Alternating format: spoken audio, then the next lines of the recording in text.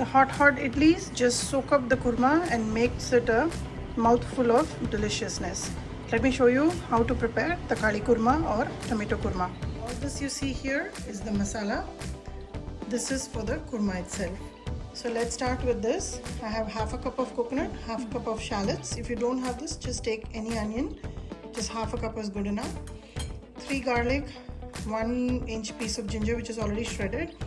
This is 1 tablespoon of dalia, just put to kadlai. 1 teaspoon each of cumin seeds, fennel seeds, saunf. 1 teaspoon of black pepper. Half a teaspoon of poppy seeds. 2 green cardamom, few cloves. 2-inch piece of cinnamon stick. I have the oil heating up. I'm going to saute the shallots first. This is sambar onions. These are frozen. I'm going to saute that. Along with that, I'm going to saute the garlic and ginger. And then I'll add all the rest of them and saute for just few minutes. Take it out in a mixy jar. Add the coconut, make a paste. That is your kurma paste. Here, I'm going to blanch the tomatoes, chop the onions. I have water boiling.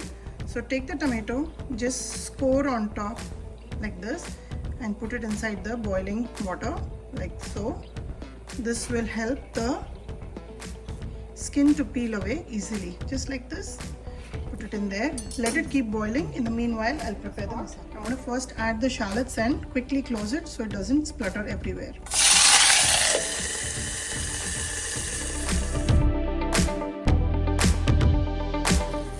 The onions, garlic and ginger has been sauteing for about 4 minutes. Now all the rest of the ingredients go in and saute it for a few minutes, just maybe a minute or two, and we will take it out in a mixing jar. On the side here, I'm cooking the tomatoes, basically blanching it so that I can remove the skin. It's been about 4 minutes since the tomatoes have been boiling. I'm going to turn off the gas. You can notice that the skin and the tomatoes are already peeling well, and as it cools I'll be able to take it out and peel the skin out and chop it fine. Just before turning off the gas, add the coconut and just roast it for a couple of minutes and then we'll take it all out. Just want to take out a little bit of the wetness from the coconut, and that will help the thickening of this gravy. The thickening in this gravy is going to come from the pottu kadalai, which is the dalia, not from the coconut. So just like so, now turn off the gas and I'm going to take it all out. The tomatoes that I blanched, I've peeled and I've chopped them nice and fine. Here I've chopped the onions and I've taken about 5 green chilies which I've split on the side. Making this dish, in this kadai I have about 5 tablespoons of oil. Add the green chilies and the onions and saute them till the onions are nice and soft.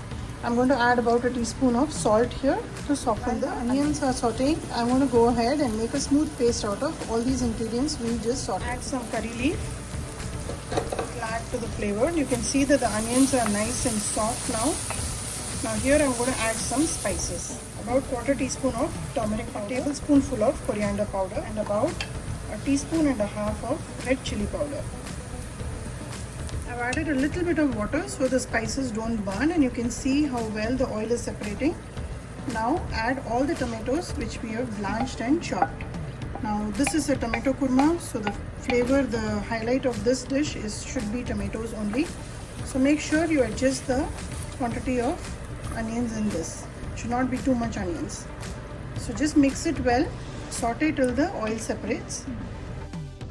I've been covering this to cook, and you can see how well the tomatoes have blended with the spices and the onions, and it's already separating oil on the sides.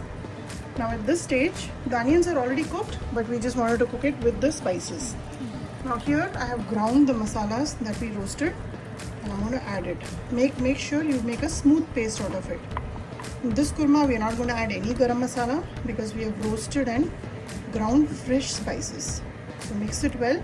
I'm going to add about 1 cup of water to the mixie jar, rinse and pour it in here. Today for this Takali kurma, I have made idli on the side. It goes very well with parathas and puris as well. Appams, idlis, dosas goes awesome with this kurma. So I'm just going to allow this to come to a rolling boil, and then it's ready to be served. Takali kurma is ready to serve.